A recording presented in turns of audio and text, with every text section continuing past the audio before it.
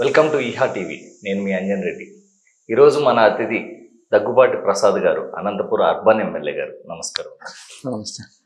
ప్రసాద్ గారు, మీరు మీ కుటుంబ నేపథ్యం గురించి ఒకసారి. నాది బండమీదపల్లి, రాప్తాడు మండలము, రాప్తాడు కాన్స్టిట్యున్సీకి వస్తుంది. ఇక్కడ నుంచి ఒక 22 కిలోమీటర్లు ఉంటుంది. మా కుటుంబ నేపథ్యం మొత్తం వ్యవసాయం ఆధారము. మేము ముగ్గురు కొడుకులు, మా అమ్మ మా నాన్న ఇప్పుడు కానీ వ్యవసాయం చేస్తున్నారు. మా ఫాదర్ వాళ్ళు 4 అన్నదమ్ములు, ఊళ్ళో పర్లేదు ఒక పెద్ద ఫ్యామిలీ టైప్లో ఉండేవాళ్ళము. చిన్నప్పుడు నేను మా పెదనాన్న హెడ్ మాస్టర్గా పనిచేసేవాడు. ఆయన దగ్గర చిన్నప్పటి నుంచి చదువుకున్న తర్వాత బండమీదపల్లి జెడ్పీ హై స్కూల్లో చదువుతాను. తర్వాత పాలిటెక్నిక్ చేశాను. తర్వాత హైదరాబాద్ వెళ్ళిపోయాను. మా చిన్న అన్న దగ్గర, అంటే మా బాబాయ్ గారు, ఇప్పుడు సిఫ్లాన్ డ్రగ్స్ అధినేత అనంతయ్య గారి దగ్గర నేను ఒక 10-11 ఇయర్స్ వర్క్ చేశాను అక్కడ. తర్వాత ఆయన నా కమిట్మెంట్స్ ఇవన్నీ చూసి పార్ట్నర్షిప్ ఇచ్చాడు. ఆ పార్ట్నర్షిప్తో 2007లో నేను మళ్ళీ బయటకు వచ్చి నా ఓన్గా నేను ఇండస్ట్రీస్ పెట్టాను. దాదాపు ఇప్పుడు ఒక 1000+ ఎంప్లాయీస్ నా దగ్గర వర్క్ చేస్తున్నారు. ఒక సాధారణ రైతు కుటుంబంలో పుట్టారు మీరు. రైతు కుటుంబంలో పుట్టి పాలిటిక్స్ వైపు రావాలని ఎందుకు అనిపించింది? నాకు యాక్చువల్గా చిన్నప్పటి నుంచి కానీ కొద్దిగా సర్వీస్ మోటివేషన్ ఉండేది. 2014లో నాకు పరిటాల సునీత గారు అప్పటికే అక్కడక్కడ నేను సర్వీస్ లైక్ వాటర్ ప్లాంట్స్ అవి పెట్టి చేశాను. ఆ మోటివేషన్ చూసి 2014లో పరిటాల సునీత గారు ఎంపీటీసీగా అవకాశం కల్పించారు. నాకు యాక్చువల్గా ముందు నుంచి చంద్రబాబు నాయుడు గారు అన్నా కానీ, లేకపోతే తెలుగుదేశం పార్టీ అన్నా చాలా ఇష్టం ముందు నుంచి.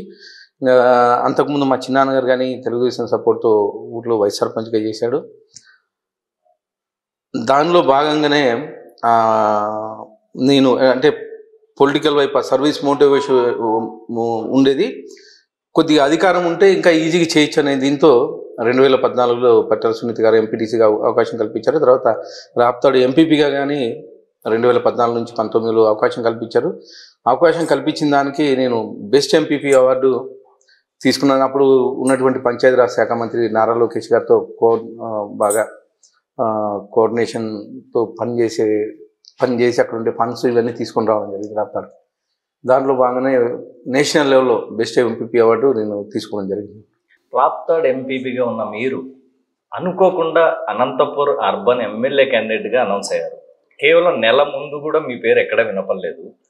ఏం చేశారు? ఏం మ్యాజిక్ చేశారు? అంటే అనంతపురంలో అప్పటికే ప్రభాకర్ చౌదరి గారు బాగా పాతుకుపోయి ఉన్నారు. ఆయన పేరు కాదని మిమ్మల్ని అనౌన్స్ చేస్తున్నారంటే మీరు ఏం మ్యాజిక్ చేశారు? దీంట్లో మ్యాజిక్ చేయడం ఏమి లేదండి. 2024 ఎలక్షన్స్ అంటే 2023 డిసెంబర్లో నేను నారా లోకేష్ గారిని కలవడం జరిగింది. ఆల్మోస్ట్ జనవరిలోనే చూచాక సారు చంద్రబాబు నాయుడు గారు నేను ఇట్లా ఇంట్రెస్ట్గా ఉన్నానండి, నేను అంటే ఏదైనా అవకాశం కల్పించాను అని చెప్పేసి అడిగిన తర్వాత ఎక్కడో చోట అయితే అవకాశం కల్పిస్తానని చెప్పి జనవరిలో చెప్పడం జరిగింది. మరి కాకపోతే ఏంటంటే ఈ ఈక్వేషన్స్ జనసేన బీజేపీ ఈక్వేషన్స్లో ముందుకు వెళ్ళలేకపోయాం ఇమ్మీడియట్గా. దానికని లాస్ట్లో అనౌన్స్ చేయడం జరిగింది. 40 రోజుల్లోనే నేను ఎలక్షన్ చేయడము, ఆ 40 రోజులు 40 రకాలుగా ప్రాబ్లమ్స్ ఫేస్ చేయడం కానీ జరిగింది. అది నాకు గ్రేట్ ఎక్స్పీరియన్స్. నేను సారు నాకు అవకాశం కల్పించారు కాబట్టి గెలుపు వైపే దూసుకెళ్ళాలని ఏం చూడలేదు నేను. అంటే ఎవరు ఏం ఇబ్బంది పెట్టినా, ఎంత ఇబ్బంది పెట్టినా కానీ ఏం చూడలేదు. తెలుగుదేశం అనంతపూర్ సీటు నేను సార్కి మాట ఇచ్చి వచ్చాను. అనంతపూర్ సీట్ ఖచ్చితంగా గెలిపించుకుంటాను సార్ నేను అని చెప్పేసి చంద్రబాబు నాయుడుకి మాట ఇచ్చి వచ్చాను. దానిలో భాగంగానే సార్కి మాట ఇచ్చిన దాని నుంచి నేను గెలుపు వైపు కృషి చేశాను. ఇబ్బందులు పడ్డామంటున్నారు. ఎటువంటి ఇబ్బందులు పడ్డారన్న? అంటే ఇబ్బందులు అంటే కార్యకర్తలతోనా లేకపోతే నాయకులతోనా? అంటే యాక్చువల్గా నేను అనంతపురం కొత్త, నాకు ఇక్కడ ఎన్ని డివిజన్లు ఉన్నాయి, డివిజన్లో ఎంతమంది నాయకులు ఉన్నారు, ఇవన్నీ నాకు పూర్తిగా కొత్త. కానీ అప్పుడు ఉండే పరిస్థితుల్లో ప్రభాకర్ చౌదరి గారు సీట్ ఇవ్వలేదని చెప్పేసి పార్టీ ఆఫీస్ తగలబెట్టడము, ఇలాంటివన్నీ కొన్ని చేయడం జరిగింది. అంటే ఆయన గతంలో దాదాపు ఒక 10-15 ఏళ్ళ నుంచి ఒకసారి ఎమ్మెల్యేగా చేశారు. 10 ఏళ్ళ నుంచి కంటిన్యూగా ఇన్ఛార్జిగా ఉన్నారు. ఇన్ఛార్జిగా ఉన్నప్పుడు అక్కడ ఉండే ఈ లీడర్లుగా, ఈ అనంతపూర్లో ఉండే లీడర్లు కానీ వీళ్ళు కానీ ఫస్ట్ యాక్సెప్ట్ చేయలేదు నన్ను, ఇబ్బంది పెట్టి. అంటే యాక్సెప్ట్ చేయకపోవడం వల్ల ఇబ్బంది పడ్డాను నేను. తర్వాత మళ్ళీ పార్టీ అధిష్టానం అందరిని పిలిపించి చెప్పడము, తర్వాత మొత్తం అంతా కార్యకర్తలు మొత్తం మళ్ళా దాదాపు 95% తెలుగుదేశం కార్యకర్తలు ఇప్పుడు నాతో పాటు ఉన్నారని చెప్పేసి తెలియజేస్తారు. ప్రభాకర్ చౌదరి గారు మీరే అంటున్నారు ఒక 15 సంవత్సరాల నుంచి ఇన్ఛార్జ్ ఉన్నారు, ఆయన్ని కాదని మీకు పార్టీ మీకు ప్రియారిటీ ఇచ్చింది. ఏ అంశాల్లో ఆయన కంటే ఖచ్చితంగా మీరు గెలవగారని పార్టీ భావించింది? అంటే దీనిలో ఏంటంటే మ్యాక్సిమం కొత్త వాళ్ళకి అవకాశం కల్పించాలని చెప్పేసి పార్టీ ఒక డెసిషన్ తీసుకుంది. దానిలో భాగంగానే నాకు అవకాశం కల్పించారేమో నేను అనుకుంటున్నాను. ఎందుకంటే ఇప్పుడు ఉండేవాళ్ళు కానీ మా తెలుగుదేశం పార్టీ తరఫున 64 మంది ఫస్ట్ టైం ఎమ్మెల్యేలు మేము. అంటే నెక్స్ట్ యూత్ని ఎంకరేజ్ చేయాలని చెప్పేసి పార్టీ ఒక నిర్ణయం తీసుకుందని నేను అనుకుంటున్నాను. దానిలో భాగంగా నాకు అవకాశం కల్పించారేమో అనుకుంటున్నాను. అంతే అంటారా? లేకపోతే దగ్గుబాటి ప్రసాద్ గారు ఆర్థికంగా చాలా బాగా స్ట్రెంగ్త్ ఉన్నారు కాబట్టి ఇచ్చారని చాలా మంది అంటున్నారు. ప్రభాకర్ చౌదరి కంటే కూడా ఆర్థికంగా చాలా గట్టిగా ఉన్నారు దగ్గుబాటి ప్రసాద్ గారు. లేదండి, గతంలో నేను ఎంపీపీగా పనిచేశాను. ఎంపీపీగా పనిచేసినప్పుడు కానీ కమిట్మెంట్తో పనిచేశాను నేను. అంటే దేశంలో ఇన్ని మండలాలు ఉంటే రాప్తాడుకే బెస్ట్ నేషనల్ ఎంపీపీ అవార్డు రావడం అనేది చిన్న విషయం కాదు. కమిట్మెంట్తో వర్క్ చేశాను. దాంట్లో భాగంగానే బెస్ట్ నేషనల్ ఎంపీపీ అవార్డు తీసుకున్నాను. ఆ కృషి చూసి సరే పొలిటికల్లోకి నేను వెళ్ళి సార్ని అడిగేసరికి సార్ నాకు ఇంట్రెస్ట్ ఉంది, ఎక్కడన్నా అకామిడేట్ చేయండి అని చెప్పేసి అడిగాను నేను. దానిలో భాగంగానే నాకు అకామిడేట్ చేశారేమో అనుకుంటున్నాను. ఎందుకంటే ఇక్కడ దగ్గుబాటి ప్రసాద్ ఆర్థికంగా లేకపోతే ఇంకోటి చంద్రబాబు నాయుడు గారు డెవలప్మెంట్ కానీ చంద్రబాబు నాయుడు గారికి నమ్మకం మీరు చాలా చోట్ల అంటే ఆర్థికంగా ఒకే నాకు ఇండస్ట్రీస్ ఉన్నాయి, దాని ఉన్నాయి ఒక సైడ్. అది చాలామంది సామాన్య కార్యకర్తల్ని ఈరోజు ఎమ్మెల్యేలుగా చేసిన ఘనత మా చంద్రబాబు నాయుడు గారిది. కేవలం మేమంతా నిమిత్త మాత్రం. చంద్రబాబు నాయుడు గారు తెలుగుదేశం పార్టీని చంద్రబాబు నాయుడు గారిని చూసే ఓట్లు వేసింది జనాలు. మమ్మల్ని చూసి ఎక్కడ ఏం ఓట్లు వేయలేదు. ఏ బొమ్మను తీసుకొచ్చి నిలబెట్టినా కానీ మా చంద్రబాబు నాయుడు గారిని చూసే ఓట్లు వేస్తారు. ప్రభాకర్ చౌదరి గారితో మీకు ఇప్పుడు ఎలా ఉన్నాయి టర్మ్స్? బాగానే ఉన్నాయండి, ఇబ్బంది ఏం లేదు. రెగ్యులర్ పార్టీ కార్యక్రమాల్లో కలిసినప్పుడైనా లేకపోతే పర్సనల్ కూడా మాట్లాడుకుంటారు? పర్సనల్గా పార్టీ కార్యక్రమాలు అటెండ్ అవుతున్నారు, ఇబ్బంది ఏం లేదు, బాగానే ఉన్నాయి. సరే, ఎలక్షన్ తర్వాత ఎలా ఉంది? అంటే ఎలక్షన్ ముందు చాలా ఇబ్బందులు ఫేస్ చేశారు. ఇప్పుడు ప్రెసిడెంట్ ఎమ్మెల్యేగా ఉన్నారు మీరు అనంతపురం అర్బన్ అంటేనే జిల్లా క్యాపిటల్. సో క్యాపిటల్ అంటే అందరి దృష్టి ఉంటుంది. మీ పనితీరు ఎలా ఉంది? పనితీరు యాక్చువల్గా గవర్నమెంట్ ఏర్పడిన తర్వాత మా నాయకుడు ఇమ్మీడియట్గా అసెంబ్లీలో శ్వేతపత్రాలు రిలీజ్ చేశారు. శ్వేతపత్రాలు రిలీజ్ చేస్తే ఏ శాఖలోనూ 100 రూపాయలు డబ్బులు ఉండే పరిస్థితి లేదు. కానీ ఈ 6 నెలల్లోనే ఆల్మోస్ట్ అన్నీ ఒక కొలిక్కి తీసుకొచ్చారు మా ముఖ్యమంత్రి వారు. తీసుకొచ్చేసి ముఖ్యంగా పెన్షన్స్ 1వ తేదీ పొద్దున్నే 6 గంటలకి రావడం జరుగుతుంది. మీ ఇంటికి మీ ఎమ్మెల్యే కార్యక్రమంలో భాగంగా నేను ఇంటింటికి వెళ్ళి అడిగినప్పుడు ఏమ్మా ఎన్నింటికి వస్తుంది పెన్షన్ అంటే 1వ తేదీ పొద్దున్నే 6 గంటలకు ఇచ్చిపోతారు నాయన. మా పెద్ద కొడుకు చంద్రబాబు నాయుడు బ్రహ్మాండంగా మాకు ఆదుకుంటున్నాడు, ఈ మందులకి వీటికన్నిటికీ బ్రహ్మాండంగా పనిచేస్తున్నాయి మాకు ఈ పెన్షన్ అని చెప్పేసి చెప్తా ఉన్నారు. అలాగే ఎంప్లాయీస్ శాలరీస్ కానీ ఎప్పుడూ వచ్చేటివి. 1వ తేదీ ఖచ్చితంగా ఈరోజు ఎంప్లాయీస్ జీతాలు తీసుకునే పరిస్థితి. అలాగే ల్యాండ్ టైటిల్ యాక్ట్ దాన్ని ఒక రద్దు చేశారు. తర్వాత అన్న క్యాంటీన్లు పునరుద్ధరించారు. అంతకుముందు గత 5 ఏళ్ళు ఎక్కడే కానీ ఒక పూట భోజనం పెట్టిన దాఖలాలు లేవు. కేవలం మా నాయకుడు చంద్రబాబు నాయుడు గారికి పేరు వస్తుందని చెప్పేసి అన్న క్యాంటీన్ క్లోజ్ చేయించారు. కానీ మా గవర్నమెంట్ వచ్చిన తర్వాత దాదాపు 200 అన్న క్యాంటీన్లు ఓపెన్ చేశారు. ముఖ్యంగా అనంతపురం అర్బన్లో 3 అన్న క్యాంటీన్లు ఉన్నాయి. ఈ పల్లెటూరు నుంచి వచ్చే లేబర్కి కానీ అక్కడ మార్కెట్ పనిచేసే లేబర్కి కానీ లేకపోతే స్టూడెంట్స్ ముఖ్యంగా ఊళ్ళో నుంచి క్యారీలు కట్టుకొని ఇంతకుముందు వచ్చేవాళ్ళు. అన్న క్యాంటీన్ ఏర్పడిన తర్వాత ఈ ఆర్ట్స్ కాలేజ్ దగ్గర రైల్వే స్టేషన్ దగ్గర అన్న క్యాంటీన్ ఉంది. అక్కడ ఆల్మోస్ట్ మధ్యాహ్నం పూట స్టూడెంట్స్ ఇచ్చేయడం భోజనం చేయడం జరుగుతుంది. ముఖ్యంగా ఇంటర్మీడియట్ స్టూడెంట్స్ చేసేవాళ్ళు. అది కానీ మన లోకేష్ గారి దృష్టికి తీసుకెళ్ళిన తర్వాత ఇమ్మీడియట్గా ఇంటర్మీడియట్ స్టూడెంట్స్కి కానీ మధ్యాహ్నం భోజన పథకం స్టార్ట్ చేయించారు. లాస్ట్ వీక్లో అనౌన్స్ చేశారు. అది అనంతపూర్లో ముఖ్యంగా నేను అబ్జర్వ్ చేసింది ఏంటంటే అండర్ గ్రౌండ్ డ్రైనేజ్ సమస్య చాలా ఉంది. గత 30 ఏళ్ళ నుంచి ట్రై చేస్తున్నారు కానీ అవ్వట్లేదు. కానీ ఈసారి మా ముఖ్యమంత్రి వాళ్ళ దృష్టికి తీసుకెళ్ళాను. దాదాపు 750 కోట్లతో ప్రపోజల్స్ పెట్టాము. అవి స్టేజ్ వైజ్గా ఇస్తామని చెప్పేసి మా ముఖ్యమంత్రి వాళ్ళు చెప్పారు. ఖచ్చితంగా అండర్ గ్రౌండ్ డ్రైనేజ్ ఒకటైతే క్లియర్ చేయించేస్తాను. అలాగే డంపింగ్ యార్డ్ గత ఎలక్షన్ హామీ అది అంటే మీరు పోటీ చేస్తున్నప్పుడు ప్రధానంగా 2 విషయాల్లో చెప్పారు అనంతపురం పట్టణానికి. ఒకటి underground drainage, 2 dumping yard మారుస్తా అన్నారు.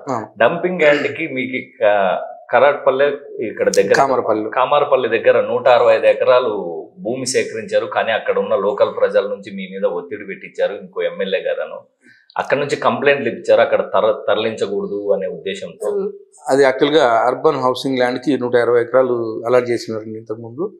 అక్కడ హౌసింగ్ పనికిరాదని చెప్పేసి ఆ ల్యాండ్ మొత్తం హౌసింగ్ అంతా క్యాన్సిల్ చేస్తే అది అర్బన్ ల్యాండ్ కాబట్టి నేను ముఖ్యమంత్రి వారిని దృష్టికి తీసుకెళ్ళాను.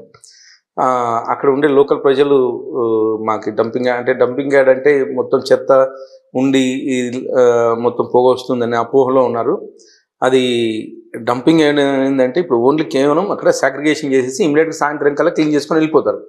ఒక ఇండస్ట్రీ వస్తుంది అక్కడ దాదాపు 100-150 మందికి ఉపాధి కలుగుతుందనే దీంతోనే అక్కడ అడగడం జరిగింది. నేను మా ముఖ్యమంత్రి వారి దృష్టిలో ఉంది కాబట్టి సార్ ఎట్లా చెప్తే అట్లా ముందుకెళ్తుంది. గతంలో ఎమ్మెల్యేలు కూడా ఇదే విషయం మీద డంపింగ్ యార్డ్ ప్రతి ఒక్కరు ఎవరు పోటీ చేసినా మీ ప్రతిపక్షం వల్ల అయినా మీరైనా ఎవరు పోటీ చేసినా డంపింగ్ యార్డ్ తరలిస్తామని చెప్తారు. ఇంతవరకు అనంతపురంలో ఆ డంపింగ్ యార్డ్ అనేది తరలించలేకపోతున్నారు. ఖచ్చితంగా మీరు చేయగలుగుతారా? ఈ 5 ఏళ్ళు 100% నేను చేస్తానండి. ఎంఆర్ఎఫ్ ప్లాంట్గా స్టార్ట్ చేస్తాను 1.5 monthsలో. ఒక 5 acres ల్యాండ్ అడిగారు వాళ్ళు. ఇప్పుడు ఏదైతే 3.5 lakh tons పేర్కొనిపోయింది దాన్నంతా కనీసం దాన్ని క్లీన్ చేయడానికి ఆల్మోస్ట్ 1 year పడుతుంది. ఎంఆర్ఎఫ్ కానీ ల్యాండ్ ఒక 5 acres అడిగారు. దాన్ని మా కలెక్టర్ గారు శాంక్షన్ చేశారు డంపింగ్ యార్డ్ పక్కనే. ఇప్పుడు ఏదైతే 3.5 lakhs ఉందో అదంతా మొత్తం 1 yearలో క్లీన్ చేస్తాం. ఒకవేళ అక్కడ అవ్వకపోతే నాగిరెడ్డిపల్లి దగ్గర ఒక 13 acres 14 acres ల్యాండ్ ఉంది మా మున్సిపాలిటీ ల్యాండ్. అక్కడ కానీ ఇమ్మీడియట్గా ఖచ్చితంగా నేనైతే ఒక 6 నెలల లోపల ఈ డంపింగ్ యార్డ్ అయితే తరలిస్తుంది, దాంట్లో డౌట్ లేదు. అనంతపురం మున్సిపాలిటీలో కానీ మున్సిపాలిటీ కౌన్సిల్లో కానీ మీ మొత్తం ఇప్పుడంతా వైసీపీ వాళ్ళ బలమే ఉంది, మేయర్ వాళ్ళే ఉన్నారు. మీరు అనుకున్న ప్రోగ్రామ్స్ అన్ని చేయడానికి మున్సిపాలిటీ ఆమోదం కావాలి. మీరు అనుకున్నట్టు చేయగలుగుతున్నారా? మున్సిపాలిటీలో మీకు ఏమన్నా ఇబ్బందులు ఎదురవుతున్నాయా? యాక్చువల్గా ఇంతకుముందు గత 5 ఏళ్లలో వాళ్ళకి కానీ ఫండ్స్ వచ్చిన దాఖలాలు లేవు. మున్సిపాలిటీస్ కానీ ఎక్కడికి ₹1 వచ్చిన దాఖలాలు లేవు. వాళ్ళు కానీ డెవలప్మెంట్ ఏదన్నా జనరల్ ఫండ్స్ వస్తే చిన్న వర్క్స్ డెవలప్మెంట్. కానీ ఇప్పుడు మా గవర్నమెంట్ వచ్చిన తర్వాత ఫండ్స్ రిలీజ్ చేస్తున్నారు. వాళ్ళు కానీ ఏంటంటే మేము ఏదో వర్క్ చేయట్లా చూపించుకోవాలి. కార్పొరేటర్లుగా గత 3 ఏళ్ళ నుంచి ఖాళీగా ఉన్నాం, మేము ఏం పని చేయలేదు, ఎక్కడే కానీ మా డివిజన్లో డెవలప్ చేయలేదు అనే ఫీలింగ్లో ఉన్నారు వాళ్ళు. వైఎస్ఆర్సీపీ కార్పొరేటర్లు అయినా కానీ సహకరిస్తున్నారు. అన్న డబ్బులు తీసుకొని రండి, మేము మా డివిజన్లో కానీ ప్రాబ్లమ్స్ ఉన్నాయి, ఖచ్చితంగా మేము కానీ చేసుకుంటామని చెప్పేసి ప్రతి కార్పొరేటర్లు అక్కడ సహకరిస్తున్నారు. మేయరు వాళ్ళు వీళ్ళు ఉండకపోవచ్చు, కార్పొరేటర్లు అయితే సహకరిస్తున్నారు. డెవలప్మెంట్ వైపు వెళ్ళిపోదామని చెప్పేసి వాళ్ళే ముందుకు వచ్చి అడుగుతా ఉన్నారు. మీ ఇంటికి మీ ఎమ్మెల్యే అనే కార్యక్రమం చేపట్టారు. మీ ఇంటికి మీ ఎమ్మెల్యే చేపట్టినప్పుడు మీరు అక్కడెక్కడ కూడా క్లీన్ అదే శానిటరీ వ్యవస్థ కానీ ఎట్లా ఉంది? చెత్త అంతా ఎక్కడ పడితే అక్కడ ఉంది, మున్సిపాలిటీలో సరిగ్గా క్లీన్ చేయట్లేదు. వీటి మీద ఏమన్నా దృష్టి సారించారా? మీ ఇంటికి మీ ఎమ్మెల్యే కార్యక్రమం అంటే నేను కానీ ఇంత స్పందన ఉంటుంది అనుకోలేదు. డివిజన్లోకి వెళ్ళినప్పుడు ఇంటింటికి వెళ్తూ ఉంటే అంటే ఇంట్లో వాళ్ళకి ఉండే సమస్యలతో పాటు అక్కడ వాళ్ళ వీధిలో ముఖ్యంగా అదే చెప్పాను కదా డ్రైన్స్ క్లీన్ చేసిన దాఖలాలు ఎక్కడే కానీ కొత్త డ్రైన్ కానీ కట్టించలేదు గత 5 ఏళ్ళు. ఇప్పుడు ఆల్మోస్ట్ 30 కోట్లతో మేము ఈ మన డ్రైన్స్ ఒకటి ప్లస్ తర్వాత చిన్న వర్క్స్ ఎక్కడన్నా రోడ్స్ సీసీ రోడ్స్ ఇవన్నీ ఒక ప్రపోజల్ లాస్ట్ వీక్లో కౌన్సిల్లో తీర్మానం చేయడం జరిగింది. ఇవన్నీ మేము ఎక్కడైతే నేను గత 2 నెలల్లో నేను అబ్జర్వ్ చేశాను ఆ డ్రైన్స్ కానీ ఇవన్నీ కట్టడం జరుగుతూ ఉంది.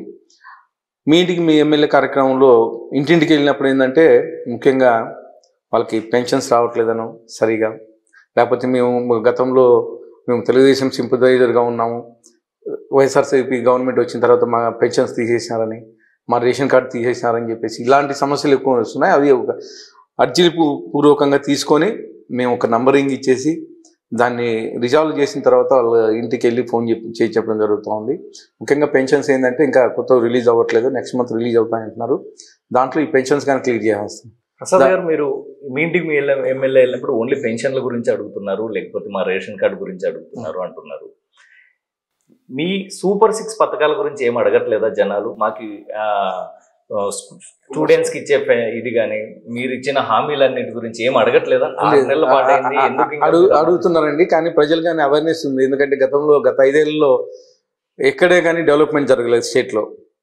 అంటే ఆర్థిక భారం చాలా ఉంది. ఒక్కొక్కటి మీరు చూశారు. ఫస్ట్ మా సీఎం గారు ముఖ్యమంత్రి అయిన రోజే 5 సంతకాలు చేశారు. పెన్షన్స్ అయితే ఖచ్చితంగా సూపర్ 6 పథకాలు మేము ఇచ్చిన మేనిఫెస్టో ఏదైతే ఉందో 1 by 1 ఖచ్చితంగా మేము అమలు చేసుకుంటూ వస్తాం. గత ప్రభుత్వం మాదిరి మేము అబద్ధాలు చెప్పి లేకపోతే నవరత్నాలు ఇస్తామని చెప్పేసి ఊరికే బటన్లు నొక్కుంటా చేసే పరిస్థితులు. మా నాయకుడు కమిట్మెంట్తో మేము మొన్న ఏదో ఒక విషయం అడిగితే గతంలో ఇట్లా చేసాం, మనము దానికి ఇబ్బంది పడ్డాము, మనం ఏవైతే చేయలేమో అసలు చెప్పొద్దండి, మనం మేనిఫెస్టోలు ఏవైతే ఉన్నాయో ఖచ్చితంగా ఒక 1 by 1 మనం చేసుకుంటూ వెళ్దామని చెప్పేసి క్లియర్గా ముఖ్యమంత్రి వర్గాల దగ్గర నుంచి ఇన్స్ట్రక్షన్. మీకు ఎక్కడ ఇబ్బంది ఎదురవ్వలేదా ప్రజల నుంచి? మీరు ఈ హామీలు ఇచ్చారు, ఇప్పటి వరకు 6 నెలల కాలంలో అక్కడ మెయిన్ ఏంటంటే మున్సిపాలిటీలో డ్రైన్స్ ప్రాబ్లం. ఆ డ్రైన్స్ మీద ఎక్కువ అడుగుతున్నారు, కానీ సూపర్ 6 ఇవి వాళ్ళకి కానీ తెలుసు, అంటే అవేర్నెస్ ఉంది.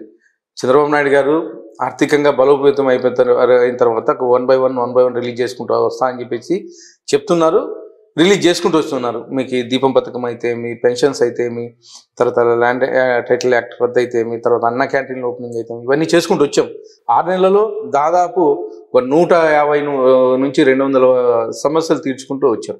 మేజర్గా అంటే విద్యార్థులకి ఇచ్చే మీరు చెప్పిన 15,000 అయితేనేమి ప్రతి ఇంటికి ప్రతి స్టూడెంట్కి ఇస్తామన్న విషయంలో దాని మీద బాగా అసంతృప్తి వ్యక్తం చేస్తున్నారు. ప్రతిపక్షాలు కూడా దాన్ని హైలైట్ చేస్తున్నాయి. ఇది ఎక్కడ మీకు తల్లిదండ్రుల నుంచి కానీ పిల్లల నుంచి కానీ మీకు వ్యతిరేకత ఎక్కడ? నిన్న ఒక లేడీ అడిగిందండి, మా ఫీజులు కట్టాలి, మేము తల్లికి వందనం అని చెప్పి తల్లికి వందనం అదే ఫీజులు కట్టాలండి అని చెప్పేసి అడిగింది. ఖచ్చితంగా నెక్స్ట్ ఫైనాన్షియల్ స్టేటస్ ఆర్థిక భారం ఇబ్బంది లేకుండా వచ్చినప్పుడు నెక్స్ట్ ఇయర్ నేను అనుకోవడం ఏంటంటే నెక్స్ట్ జనవరి తర్వాత రిలీజ్ చేస్తారేమో అని చెప్పేసి అనుకుంటున్నాను. అంటే ఈ సమస్యల్ని మీరు ఎప్పుడైనా మీ అధినాయకత్వం దృష్టికి తీసుకెళ్తుంటారా? అంటే జనాలకు మేము డైలీ తిరుగుతాము, ఇంటింటికి తిరుగుతాము, ఇవన్నీ అడుగుతున్నారు ఏంటి అనేది నేను ఖచ్చితంగా తీసుకెళ్తున్నా అండి. అంటే రాతపూర్వకంగా తీసుకెళ్తున్నాను ప్రతిదీ. అంటే ఇక్కడ డివిజన్లో ఎదురైన సమస్యలు అయితే ఏమి, తర్వాత అక్కడ స్కూల్స్ కావాలని కొన్ని చోట్ల నేను ఒక 22 డివిజన్లో పర్యటించినప్పుడు మాకు చాలా స్లమ్ ఉంది, ఇక్కడ మాకు ఒక స్కూల్ కట్టించాలని చెప్పేసి అడిగారు. ఒక ఎకరాలు పార్క్ ల్యాండ్ కానీ వాళ్ళు చూపించారు, ఈ ల్యాండ్ అంతా ఖాళీగా ఉంది మున్సిపాలిటీ ల్యాండ్, దీంట్లో పార్క్ పెట్టించమని చెప్పేసి అక్కడ అంటే ఆ డివిజన్లోకి వెళ్ళినప్పుడు వాళ్ళే ఎక్స్ప్లెయిన్ చేస్తున్నారు, మాకు ఈ ప్రాబ్లమ్స్ ఉన్నాయి, ఇక్కడ ఇవి చేయండి అని చెప్పేసి. అవి రాతపూర్వకంగా నేను ముఖ్యమంత్రి వర్యులకి దృష్టి తీసుకెళ్తున్నాను. కొన్ని సాల్వ్ చేశాము, ఇంకా ఏవైతే ఇంకా అంటే ఆర్థిక భారంతో కూడుకుని స్లోగా చేసుకుంటూ వచ్చేస్తున్నాం. పార్టీ పరంగా చూసుకుంటే ఎలక్షన్ ముందు చాలా మంది మీకు సపోర్ట్ చేసిన కార్యకర్తలందరూ కూడా ఆఫ్టర్ ఎలక్షన్ మీతోనే ఉన్నారు 90% అని మీరు అంటున్నారు. బయట పబ్లిక్ లో మాత్రం చాలా మంది దూరం అయ్యారు ఇప్పుడు ప్రసాద్ గారికి అంటున్నారు. లేదండి, ఆల్మోస్ట్ ఆల్ అంటే ఎవరైతే సీనియర్ నాయకులు నాతో పాటు కలిసి వచ్చినారో వాళ్ళంతా మేమంతా కలిసే పని చేసుకుంటున్నాం. నేను అంటే వాళ్ళతో చెప్పేది ఏంటంటే పొద్దున్న లేస్తానని నా వెంబడి తిరిగి మీ టైం వేస్ట్ చేసుకోవద్దండి, పనులు చేసుకోండి అని చెప్పేసి ఒక ఇన్స్ట్రక్షన్స్ నేనే ఇచ్చాను. ఎవరు నాకు దూరం కాలేదు, మేమంతా కలిసే ఉన్నాం, బ్రహ్మాండంగా పని చేసుకున్నాం, రోజు పొద్దున సాయంత్రం మాట్లాడుకుంటున్నాం. కానీ ఎంపీ అంబిక గారితో మీ సంబంధాలు ఎలా ఉన్నాయి? చాలా బాగున్నాయండి. మేము ఇద్దరం కలిసి వెళ్తా ఉంటే అన్నదమ్ములు కలిసి వస్తున్నారనే కామెంట్స్ చాలా చోట్ల వినిపించాయి. ఇద్దరికి మంచి రిలేషన్స్ ఉన్నాయి. నాకు కానీ దాదాపు ₹1 ఈ ఎంపీ ల్యాండ్స్ కానీ ఇస్తానని చెప్పి చెప్పడం జరిగింది. దాంట్లో భాగంగా కమ్యూనిటీ హాల్స్ ఏవైతే ఉన్నాయో, ముఖ్యంగా ఈ ఆర్పీలకి వీళ్ళకి మీటింగ్లు పెట్టుకోవడానికి లేవు కమ్యూనిటీ హాల్స్ ఇచ్చామంటే మొత్తం ఆ కమ్యూనిటీ హాల్స్ మీద 1 crore వరకు ఇచ్చారు. ఈ మధ్య ఎప్పుడు మీ ఇద్దరి మధ్య చిన్న వాగ్వివాదం జరిగింది. మీరు ఎప్పుడు అనంతపూర్ కాన్స్టిట్యున్సీలోనే ప్రతి పథకం పరారోత్సవంలో మీరు తిరుగుతుంటారు. మీరు 7 నియోజకవర్గాలకు ఎంపీ, అన్ని ప్రోగ్రామ్స్ నా నియోజకవర్గంలోనే పెట్టుకుంటున్నారు అని చిన్న కాన్వర్జేషన్ జరిగిందట, నిజమేనా? లేదండి, ఆ కాన్వర్జేషన్ కానీ ఎక్కడా లేదు. ఇది ఆ గ్యాప్ క్రియేట్ చేయడానికి కొంతమంది కుట్ర పన్నుతున్నారు, కానీ రియల్గా అట్లా జరిగినా కానీ నేను ఆయన్ని అంటే ఎంపీ గారు కాబట్టి ఆయన గౌరవం ఆయనకు ఉంటుంది. మా కాన్స్టిట్యున్సీకి నేను పిలుచుకొచ్చి మా కాన్స్టిట్యున్సీలో ఏమున్నా కానీ నేనే పిలుస్తాను. మామూలుగా అన్న రండి ఈ ప్రోగ్రామ్ ఉంది, అన్న రండి ఈ ప్రోగ్రామ్ ఉంది అని చెప్పేసి నేనే పిలుచుకొని తీసుకొని వెళ్తున్నాను ఎంపీ గారిని. చివరిగా వైన్ షాపుల విషయం గురించి ఒక క్వశ్చన్ అడుగుతాను. వైన్ షాపుల్ని మీరు మొత్తం రింగ్ చేశారు. వైన్ షాపుల్లో ఇప్పుడున్న బార్లందరూ ఓనర్స్ని పిలిచి, అంటే టెండర్కి ముందు బార్ వాళ్ళందరిని పిలిచి మీరు కూర్చోబెట్టి మీరు టెండర్ వేయడానికి వీలు లేదని చెప్పారు. ఆ మధ్య బాగా ఆడియో కూడా ఒకటి వైరల్ చేశారు వీళ్ళు, మీరు చెప్తున్నట్టనో లేకపోతే బెదిరించారు, మా ఎవరు వేయడానికి లేదు బిడ్డు అని. ఇప్పుడు మీరు సిండికేట్ క్రియేట్ చేసి ఈ సిండికేటే వేయాలి, ఇది నా కన్సర్న్లో నడవాలి అనేది ఒకటి చెప్పారు అని. మీకు ఫిగర్స్ చెప్తా. యాక్చువల్గా అనంతపురం అర్బన్లో దాదాపు 1300 అప్లికేషన్లు పడినాయి. మీరు జిల్లాలో మిగతా కాన్స్టిట్యున్సీలు తీసుకోండి, ఎన్ని ఉన్నాయో. కొన్ని చోట్ల 20, కొన్ని చోట్ల 30. నేను రింగ్ చేసింటే లేదు నేను మాట్లాడింటే 1300 అప్లికేషన్లు పడవు కదా. కొన్ని చోట్ల మాట్లాడిన చోట ఎన్ని పడినాయి, ఎక్కడ 100 కానీ దాటలేదు మిగతా జిల్లాలు కానీ నా అర్బన్ కాన్స్టిట్యున్సీ వరకు 1300 చిల్లర దాదాపు 26 కోట్లు ఓన్లీ అప్లికేషన్ ద్వారానే రెవెన్యూ వచ్చింది. నేను నిజంగా పని చేసింటే అంత వచ్చేది కాదు కదా. ఇది ఏంటంటే కొంతమంది నా మీద గిట్టని వాళ్ళు ఆడియో రికార్డ్ అన్నారు కదా, మీరు ఆయన మాట్లాడుకొని మీరు ఇద్దరు మాట్లాడుకొని ఆడియో రికార్డ్ నా పేరు పెట్టి దాని మధ్యలో ఎడిటింగ్ చేశారు. అది కానీ మన ఎస్పీ గారికి కానీ కంప్లైంట్ ఇచ్చాను. నేను వైన్ షాపుల్లో ఎక్కడే కానీ తలదూర్చలేదు. తలదూర్చింటే అన్ని అప్లికేషన్లు రావు. మీకు ఇప్పుడు 10% 15% ఇది వేరే నియోజకవర్గాల్లో వసూలు చేసుకుంటున్నారు వచ్చిన వాళ్ళ దగ్గర నుంచి, అంటే ఎవరికైతే బిడ్లో గెలిచారో వాళ్ళు. మీరు కూడా అలా ఏమైనా ఉందా? అసలు నేను వైన్ షాప్ గురించి ఆలోచించట్లేదండి. నాకు ఉండే బిజినెస్ చాలా ఉన్నాయి. వైన్ షాప్లో అనేది నాకు చాలా అంటే మా కార్యకర్తలు చేసుకుంటున్నారు. నేను దాంట్లో తలదూర్చే పరిస్థితిలో లేను. కార్యకర్తల కోసమే, మీకోసం అని కాదు. మీ కార్యకర్తలు మిమ్మల్ని మీకు బాగా సపోర్టర్స్ కోసం ఒక ఈ రింగ్ చేశారు, ఇది రింగ్ లేదండి. అదే నేను చెప్తున్నాను కదా, రింగ్ చేసింటే అంత ఆదాయం రాదు కదా. అంటే మా జిల్లాలోనే హైయెస్ట్ అనంతపురం అర్బన్లో అప్లికేషన్లు పడినాయి. నేను రింగ్ చేసింటే అన్ని అప్లికేషన్లు రావు కదా. 1300 చిల్లర వచ్చి మిగతా కాన్స్టిట్యున్సీలతో పోల్చుకుంటే హైయెస్ట్ మా అనంతపురం. ఓకే సార్, మీకు చాలా తక్కువ టైమే 6 months మీరు గవర్నమెంట్ వచ్చి కాబట్టి మిమ్మల్ని ఎక్కువ ఇది కూడా మీ చేయలేకపోవచ్చు. భవిష్యత్తులో అయితే మీరు ఇచ్చిన హామీలన్నీ పక్కాగా నెరవేరుస్తారని అనుకుంటున్నారా? ఏవైతే మీరు పర్సనల్గా ఇచ్చినట్టు, అంటే Super 6 కాకుండా అనంతపురం ప్రజలకు ఇచ్చినట్టు ఏవైతే ఉన్నాయో అవన్నీ పక్కాగా చేయగలమనే కాన్ఫిడెన్స్. నేను అనంతపురం ప్రజలకు ఇచ్చింది 2 అండి. ఒకటి డంపింగ్ యార్డ్, ఒకటి అండర్ గ్రౌండ్ డ్రైనేజ్. మిగతా మా తెలుగుదేశం ప్రభుత్వం, మా నాయకుడు నారా చంద్రబాబు నాయుడు గారు ఏవైతే చెప్పారో దాన్ని ఖచ్చితంగా తూచా మేము అమలు చేస్తాం. కాకపోతే ఆర్థిక భారం గత 5 ఏళ్ళ నుంచి దాదాపు 10 లక్షల కోట్ల రూపాయలు అప్పులు పెట్టిపోయారు. అంటే జనరల్గా ఏంటంటే కాలం పెరిగే కొద్దీ రెవెన్యూ జనరేట్ చేయాలి, తర్వాత మన ఆర్థికంగా కానీ ప్లస్ సైడ్ వెళ్తూ ఉంటాం. కానీ గత 5 ఏళ్ళలో ఒక 10 ఏళ్ళు మళ్ళా మనం వెనకబడిపోయినాం. దాన్ని మా నాయకుడు నారా చంద్రబాబు నాయుడు గారు 6 నెలల్లోనే ఒక కొలికి తెచ్చారు. డెఫినెట్గా ఏంటంటే మిగతా స్టేట్స్తో పోల్చుకుంటే ఆంధ్రప్రదేశ్ కానీ మా నాయకుడు చంద్రబాబు నాయుడు గారు ముందుకు తీసుకెళ్తారని చెప్పేసి అనుకున్నాను. లాస్ట్ క్వశ్చన్ సార్, పెన్షన్ల గురించి ఇందాక చెప్పారు మీరు. పెన్షన్లు ప్రజల దగ్గర పోయినప్పుడు గత ప్రభుత్వం మమ్మల్ని టీడీపీ వాళ్ళని తీసేసింది అనేసి ఇప్పుడు కూడా ప్రతిపక్షాలు ఆరోపిస్తున్నాయి. చాలా మంది వైసీపీ కార్యకర్తలని పెన్షన్ తీసేస్తున్నారు అని. ఇది నిజమేనా? మా నాయకుడు చంద్రబాబు నాయుడు గారు ఒకటి చెప్పారండి, గతంలో వాళ్ళు అక్రమాలు చేశారు, మనము అలాంటివి చేస్తే రేపు పొద్దున మనల్ని కానీ మళ్ళీ ఇంట్లోనే కూర్చోబెడతారు. ఖచ్చితంగా ఎవరైతే అర్హులు ఉన్నారో ప్రజలు, ఆ పార్టీలు ఈ పార్టీలు చూడొద్దండి. ఖచ్చితంగా వాళ్ళు అంటే వాళ్ళకి పెన్షన్ అయితే ఏమి, హౌసింగ్ అయితే ఏమి, రేషన్ కార్డ్స్ అయితే ఏమి, మౌలిక సదుపాయాలు అయితే ఏమి, ఏవైతే ఉన్నాయో ప్రతి ఒక్కరికి అర్హంగా ప్రతి ఒక్కరికి ఏ పార్టీ చూడుకోకుండా చేసుకుంటూ వెళ్ళిపోండి, రేపు పొద్దున్న 4 కాలాల పాటు మనం ఉంటాం అని చెప్పేసి క్లియర్గా మాకు ఇన్స్ట్రక్షన్ ఇవ్వడం జరిగింది. అలాగా మేము చేసుకునే పాటైతే డే 1 నుంచి మేము చేసుకుంటూ రావాలా. ఎందుకంటే మా ముఖ్యమంత్రి వాళ్ళు ఎంత గట్టిగా మాట్లాడారు, ఎంత వల్గర్గా మాట్లాడారు. గతంలో శాసనసభ్యులు కానీ, అలాగే మా బూనమ్మ గారు కానీ, లోకేష్ గారిని కానీ వీళ్ళందరినీ వల్గర్గా మాట్లాడారు. మేము కక్ష తీర్చుకోవాలనుకుంటే డే 1 నుంచే తీర్చుకుంటే వాళ్ళం. కానీ మా నాయకుడు క్లియర్గా ఇన్స్ట్రక్షన్స్ ఇచ్చారు, మనం కక్షపూర్వకమైన వాతావరణం కల్పించకూడదు, మనం డెవలప్మెంట్ వైపు వెళ్ళాలా, ఇండస్ట్రీస్ పెట్టాలా.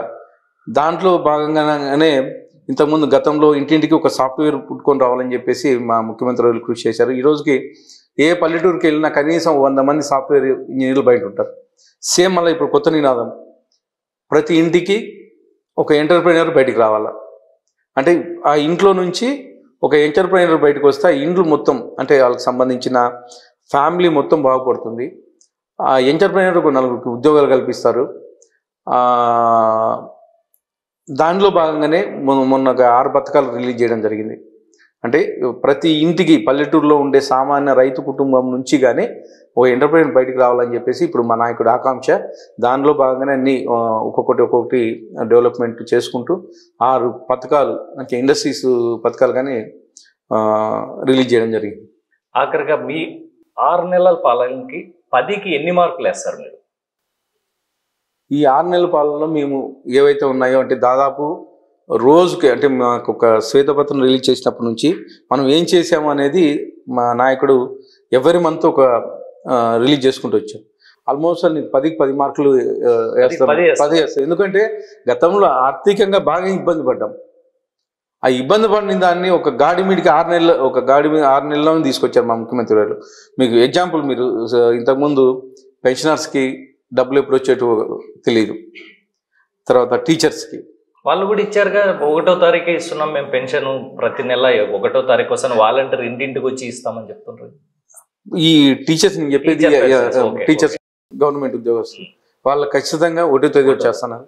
టీచర్స్కి 1వ తేదీ వస్తాను. ఇంతకుముందు ఆ పెన్షన్స్ కానీ మీరు అన్నట్లు 1వ తేదీ ఇస్తానని చెప్పి 10వ తేదీ వరకు లాగేవాళ్ళు. ఓకే, వాలంటీర్లు ఈరోజు వస్తుంది రేపు వస్తుందని చెప్పి 10వ తేదీ వరకు లాగేసి అంటే డైలీ ఇన్కమ్ జనరేట్ అయ్యే కొద్దీ పంపించేవాళ్ళు. కానీ మా ముఖ్యమంత్రి అలా కాదు. 1వ తారీఖు పొద్దున్నే 6 గంటలకి ఖచ్చితంగా ఇంట్లో ఉండేటట్లుగా చూస్తాం. మీ నాయకులు కానీ ఇంతకుముందు గతంలో ఓన్లీ వాలంటీర్లే పనిచేసేవాళ్ళు.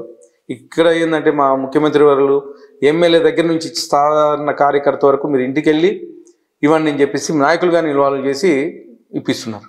థ్యాంక్ యూ ప్రసాద్ గారు. మీ హయాంలో ఖచ్చితంగా మీరు చెప్పిన హామీలు నెరవేర్చాలి, అభివృద్ధి కూడా సాధించాలని కోరుకుంటున్నాం. Thank you very much. Thank you.